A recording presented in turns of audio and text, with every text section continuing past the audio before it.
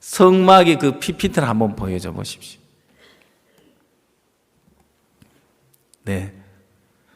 자, 이제 하나님께서 이 성막을 주셨는데 모세에게 하늘에 있는 성막을 보여주시면서 왜 성막을 짓게 하셨느냐? 하나님이 이스라엘 백성들과 함께하기를 원하시지만 부정한 인간들 속에 하나님이 거하실 거룩한 곳이 없었던 것입니다. 그래서 성막을 짓게 한 것입니다. 하늘에 있는 모형으로.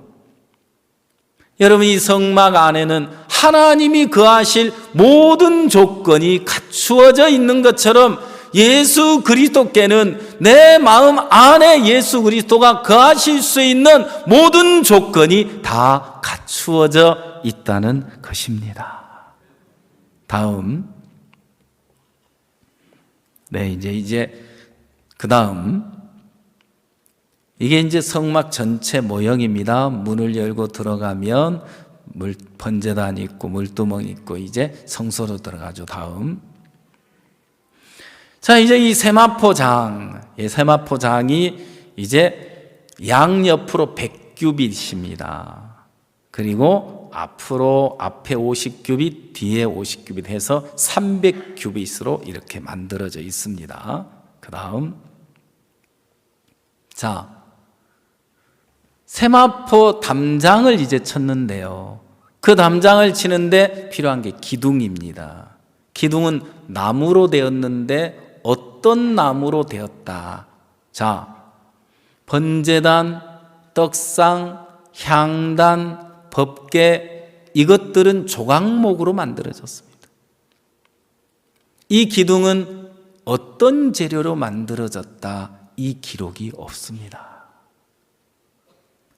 이 기둥은 예수님이 예수 그리스도를 의미하고 있습니다. 그리고 이 기둥 밑에는 무엇이 받쳐져 있느냐면 놋받침이 받쳐져 있습니다. 놋은 심판 되시는 우리를 대신하여 심판을 받으신 예수님을 가리킵니다.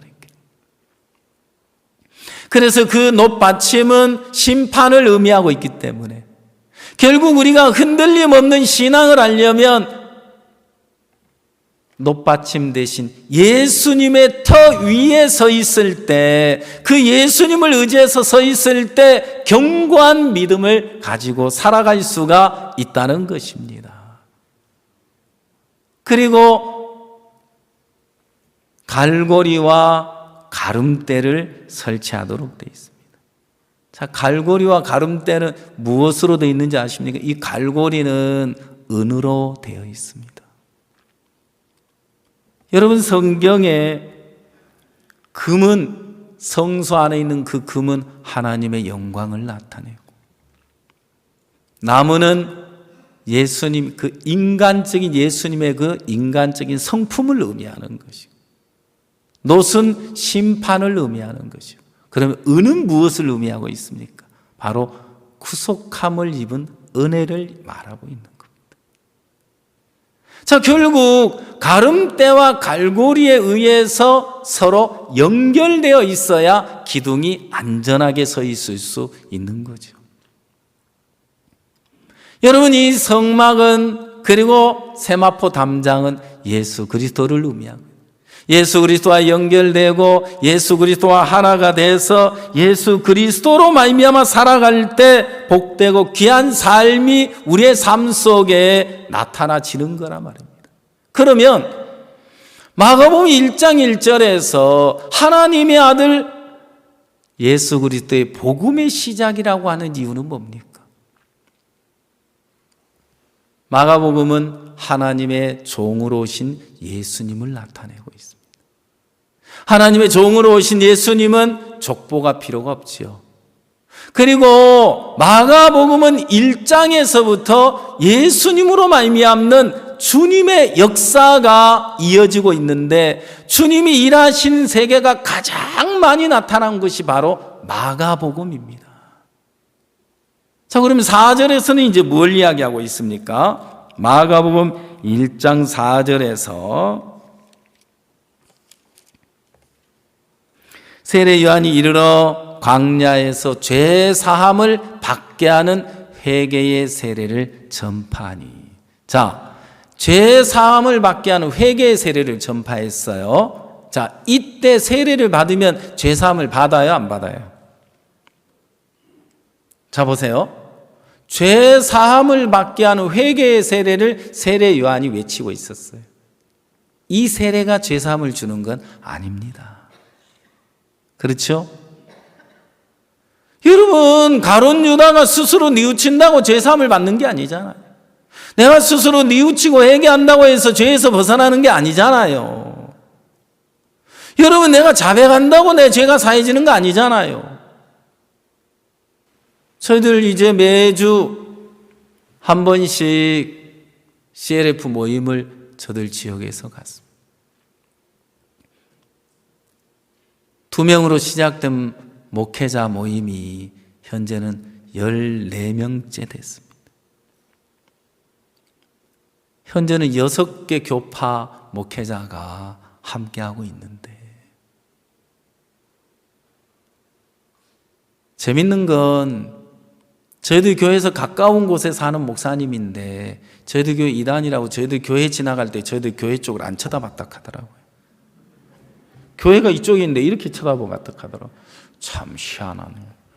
목사가 돼가지고 뭘 그렇게 무서워하지? 좀 쳐다보고 가지.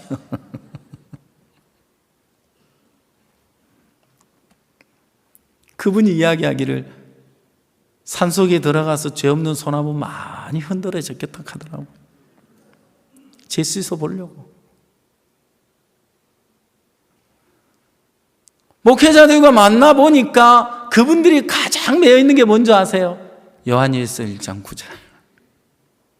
만일 너희가 너희 죄를 자백하면 너희 죄를 사하여 주실 것이요. 그것밖에 몰라요. 제가 그러는 거예요. 왜 그것밖에 몰라요? 요한일서 1장 7절도 봐요. 7절에서 뭐라고 돼 있는지. 이미 우리를 깨끗게 하셨으니. 아멘. 7절에서 예수님이 우리 죄를 당신의 피로서 이미 깨끗게 했는데 이걸 믿어야 돼요. 우리 죄를 깨끗게 하신 게 먼저예요? 자백이 먼저예요? 깨끗게 하신 게 먼저예요. 자백은요, 죄를 지은 걸 낱낱이 회개하는 게 자백이 아니에요. 시인한다, 인정한다, 그게 가장 가까워요. 그냥 인정하는 거지 그 자체가 죄를 씻어주는 게 아니라 이 말이에요. 자, 세례 요한은 죄 사함을 얻게 하는 회개의 세례를 베풀었는데 진정한 죄 사함은 예수님을 만날 때 오는 겁니다. 예수님은 이제 세례 요한을 통해서 세례를 받는 이야기가 나옵니다. 세례 요한을 통해서 예수님이 요단강에서 세례를 받으면서 세상의 모든 죄를 다 짊어지게 되었습니다. 그렇죠? 세례 요한을 통해서 예수님에게 죄가 넘어가게 되고, 요한복음 1장 28절에 이튿날 요한이 예수께서 자기에게 나오심을 보고 가로되 그랬습니다. 자, 이튿날은 무슨 날일까요? 요단강에서 예수님에게 세례를 베푼 그 다음 날을 말합니다. 자, 29절에는 뭐라고 되어 있습니까? 세상 죄를 보라, 세상 죄를 지고 가는 하나님의 어린 양이로다. 그리고 요한복음 2장에 가면 또 무슨 날이 나옵니까? 사흘째 되는 날이 나옵니다. 주님의 역사는 어디에서 일어나진 겁니까? 요단강에서 세례 요한이 세례를 베풀 때 우리의 죄가 넘어갔고 이틀째 됐을 때 세례 요한은 외치고 있는 겁니다. 보라, 세상 죄를 지고 가는 하나님의 어린 양이로다. 아멘. 여러분에게 죄가 있는 그 자신의 죄를 쳐다보지 말고, 내가 이렇게 죄를 지었는데, 내가 이렇게 죄 가운데 살았는데, 내가 이렇게 더럽고 추한 인간인데, 그게 중요한 게 아니에요. 내 죄가 예수님께 지금 넘어가 있는 게 더 중요해요. 내 죄가 예수님께 넘어가 있다면 그 죄는 내가 책임져야 됩니까? 예수님이 책임지셔야 합니까?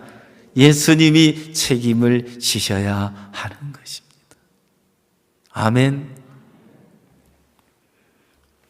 박 목사님이 어느 수양관에 계시는데 저희 교회 집사님 한 분이 일반 교회에 나가는 어머니를 어떻게 해서든 전도를 좀 하고 싶어가지고 거짓말을 하고 수양에 모시고 왔어요.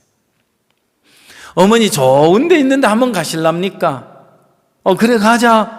그리고 차를 타고 왔는데 어디로 올라가느냐 하면 수양관 산 기슭으로 올라가니까 이것들이 도대체 이상한 곳으로 나를 어디로 끌고 가나?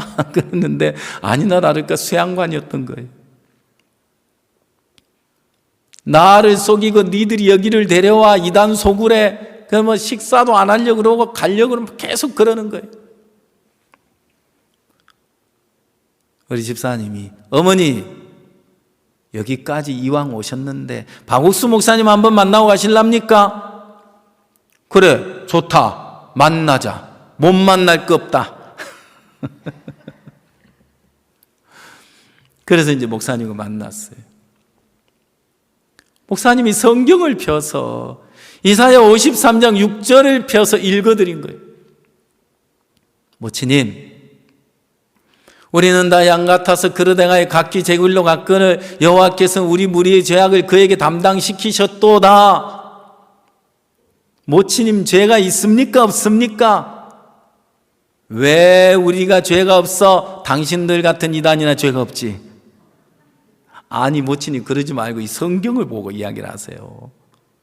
우리는 다 양 같아서 그릇 행하여 각기 제 길로 갔거늘 여호와께서 우리 무리의 죄악을 그에게 담당시키셨도다. 자, 여호와께서 내 모든 죄를 누구에게 지금 담당시킨 거예요? 그에게 누구예요? 예수님에게, 예수님께 담당을 시켰다는 거죠. 모치님, 이래도 죄가 있습니까? 죄 있다니까. 당신들 같은 이단이나 죄가 없지. 난 죄가 있어. 모치님, 제발 성경에 뭐라고 돼 있는지 좀 보시고 들으세요. 이거 좀 보고 대답을 하세요. 우리는 다 양 같아서 그릇 행하여 각기 제 길로 갔거늘 여호와께서는 우리 무리의 죄악을 그에게 담당시키셨도다. 이래도 죄가 있어요? 하는데 죄가 없네. 이 모친이 마음이 팍 깨져버리는 거예요. 죄가 없네. 구원을 받으셨어요.